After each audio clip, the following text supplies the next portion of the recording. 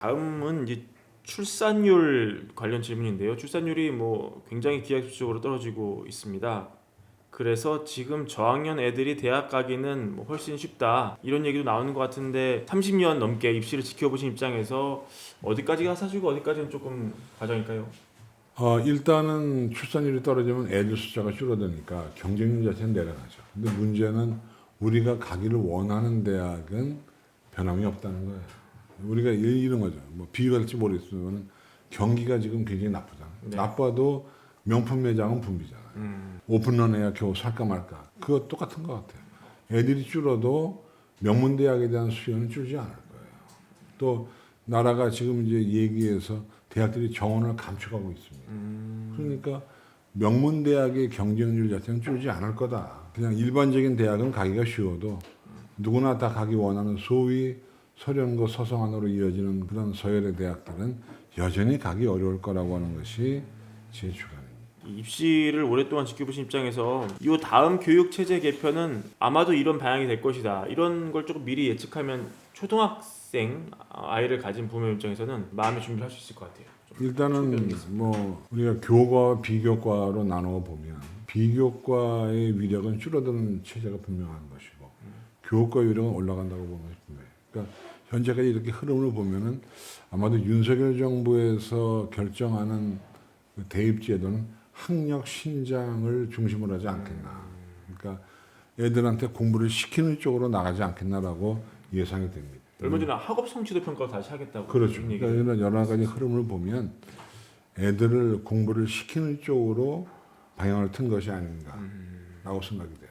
초등이든 중등이든 학업 능력, 교과 능력을 뭐 심지어 지금 나오는 얘기도 수능 시험을 소양 평가를 해야 하느냐, 교과 평가를 해야 하느냐, 어떤 것이 옳으냐 이런 얘기가 나오는 걸 보면은 많은 전문가들은 어떻게 수능 시험이 소양 평가냐, 교과 평가지 이런 얘기를 하고 있거든요. 앞으로 학력 신장 쪽으로 대입 제도가 흘러가지 않겠나라고 저는 예상하고 있습니다. 선생님 모셔가지고 저번에 한번 했었는데 이 문과와 이과의 어떤 이런 이 밸런스 붕괴 뭐 올해 입시는 당연하겠고 앞으로도 꾸준히 이어질까요? 어떻게 될 것 같습니까? 문이과 통합형 수능이 이루어지는 2027학년도까지는 그대로 이어질 거예요. 선택 과목 제도가 있는 한 이과 애들의 유리함이 이어질 거기 때문에 문이과 밸런스가 무너지는 건 앞으로 계속될 겁니다. 단지 이제 2028학년도 입시 예산은 변할 수 있겠지만 그 전까지는 전 상태를 유지하지 않을까라고 예상하고 있습니다. 고려되죠. 네. 이과 출신 비중이 높았더라고요. 그렇죠. 올해도 마찬가지 현상이 좀 올해도 작년과 똑같은 양상이 벌어질 같아요. 겁니다. 올해뿐만이 아니고 2027년도까지는 같은 양상이 벌어질 거예요. 제도가 구조적으로 그렇게 돼 있어요. 중간에 약간 좀 미세 조정할 수 있는 여지는 없습니까? 그렇게 하자고 제가 여러 차례 네. 대언론을 통해서 얘기했는데 웬 개가진 야로 듣지 않아요. 또 나라의 제도를 이렇게 함부로 바꿀 수는 없고 지금 나온 제도도 교육학자들이 열심히 연구해서 바꾼 거기 때문에 문과 아이를 둔 학부모님은 여기도 좀 장벽을 좀 쳐야 되지 않냐 뭐 이런 얘기를 하던데요. 대학마다 좀 달라요. 예를 들면 서강대학교는 장벽을 완전히 허물어버렸거든요. 성균관대학교는 문과 장벽을 쌓아놨어요. 성균관대학교는 이과인이 넘어오기가 쉽지 않아. 타탐에다가 변환 편입 점수를 세게 때리는 거죠. 최근에 흐름적으로 보면 융합이라고 하는 것 자체가 세계적인 트렌드예요. 어떻게 보면 장벽을 치는 게 맞는 게 아닌 것이죠. 문제는 문과 애들이 좀 피해를 보니까 어려움이 있죠.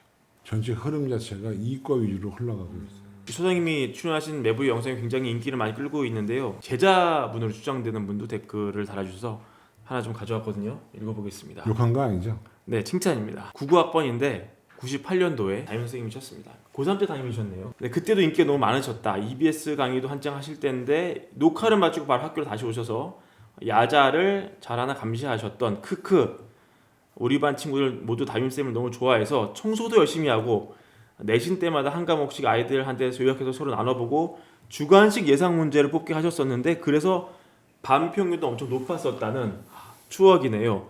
저희 첫째가 벌써 중1이라 입시에 관심이 많은데 선생님 아직도 현역에 있으셔서 반갑고 든든해요. 선생님 항상 건강하세요. 네, 이런 댓글을 그 당시 돌이켜보면 제가 새벽에 애들한테 전화도 했어요. 내신 공부하는 시간에 잠자지 말라고. 베일이 3번 울려서 전화 안 받으면 자는 걸로 간주하고 혼낸다.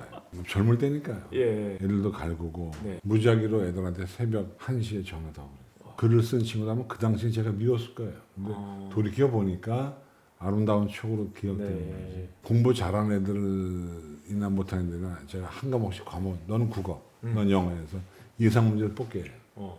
전체 반 애들이 공유하는 거예요. 한 과목씩 요약해서 나눠보고. 네. 공부 잘하는 애들 뽑는 건 또 더 적중 확률이 높고. 그렇죠, 그렇죠. 다 같이 공부하니까 효과가 있었습니다. 우리 저 누군지 모르지만 저 한마디 조금 좀 해주신다면. 그 고등학교 때 제가 돌이켜 보면 제가 훌륭한 담임이었냐라고 하는 것은 의문의 여지가 있어요. 후회스럽기도 한데 제가 생각하는 건 왜 애들을 이렇게 야단을 치고 심지어 때리기까지 했을까라는 후회, 그게 제일 큽니다. 지금 생각하면 남의 집 귀한 자식인데 대학을 보내야 되겠다는 일념 하나로 야단치고 때렸던 거를 전 제일 후회스럽거든요. 지금 같으면 잔소리할 텐데 왜 그때 야단 쳤는지. 그 올해 담임 선생님도 하시고 입시 현장에 계시면서 정말 드라마틱한 이 성적의 상승으로 좋은 대학을 간 이런 케이스 좀 소개해 주시면 안 될까요? 입시에 드라마틱은 없다고 저는 봐요. 하나 기억나는 건 모의고사에서 거의 100등 이상 올라서 대학 간 애를 본 적은 있습니다만 그게 드라마틱하다고 보지 않아요. 그게 아마 잠재했던 능력이 나온 것이지. 그러니까 저는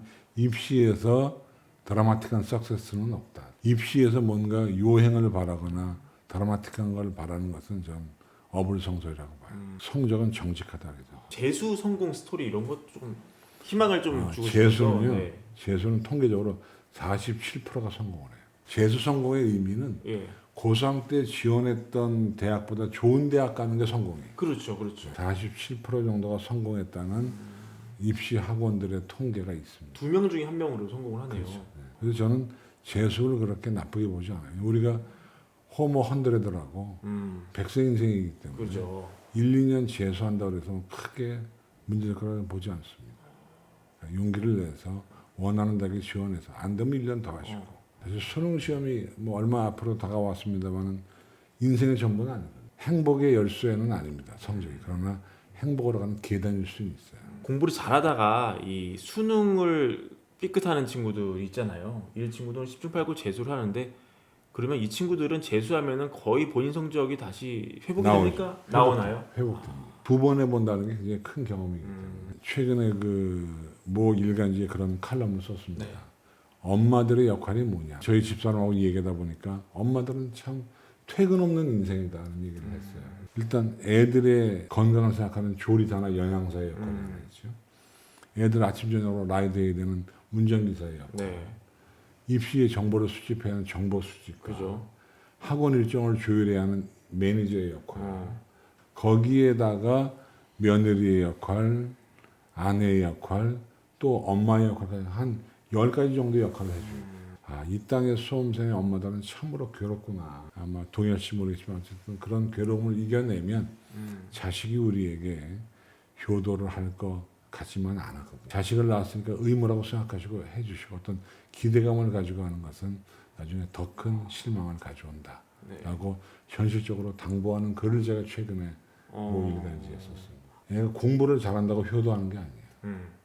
그러니까 우리가 자식이 뭐냐라고 얘기하면 자식은 전생의 빚쟁이였고 엄마에게는 명품백이고 영어는 십자가라고 얘기를 합니다. 근데 결국은 자식은 내 꿈의 대리인이자 우리 부부의 행복의 지표가 자식이기 때문에 근데 그 자식들이 우리 기대처럼 움직여주는 건 아니에요. 굽은 나무가 선산시킨다고 별 볼 일 없는 구부러진 나무가 오히려 좋은 일을 하게 되니까 우리 애가 공부를 못한다고 너무나 구박하지 마시고 공부를 못하는 애가 효도할 수 있으니까 그렇게 마음을 좀 넓게 가지시기를 당부를 드리고 싶습니다. 아빠들은요 나훈아라는 가수가 있어요. 나훈아, 예, 가왕. 나훈아 노래 중에 아빠들은 남자의 인생이라는 노래가 있습니다. 그 노래 들어보시면 아주 그 가슴이 뭉클합니다. 피곤해서 차에서 깜빡 잠들어요. 근데 눈은 감고 귀는 반 뜨고 이런 표현이 있거든요. 눈 감고 자면서도 귀는 열어놓는 그래야 내리니까. 뭐 그런 가사도 있고 그래서 뭉클합니다. 알겠습니다. 오늘 또 선생님 모시고 좋은 말씀 많이 나눠봤는데 마지막으로 요 얘기는 이제 하고 스튜디오를 나가겠다 이런 거 있으시면은 한마디만 보태주십시오. 저는 현실주의자이기 때문에 우리 어머님 그리고 아버님 그리고 수험생 여러분들 우리만 고생하는 거 아닙니다. 아까 제가 모두에 얘기했습니다만은 모든 사람이 다 고생하는 가운데 우리가 완화무됨이에요. 그러니까 너무나 슬퍼하지 마시고 남들 다 겪는 거 나도 겪는다라고 담대하게 밀고 나갔으면 좋겠습니다. 화이팅. 네, 오늘 소장님 모시고 좋은 얘기 많이 나눠봤고요. 다음 기회에 또 소장님 모시고 더 좋은 말씀 나눠보도록 하겠습니다. 오늘도 나오셔서 감사합니다. 고맙습니다. 주택 마련 주식 대박 매불이 하나면 오케이입니다. 매불이 구독 누르시면 부자 됩니다. 좋아요 누르시면 더 부자 됩니다.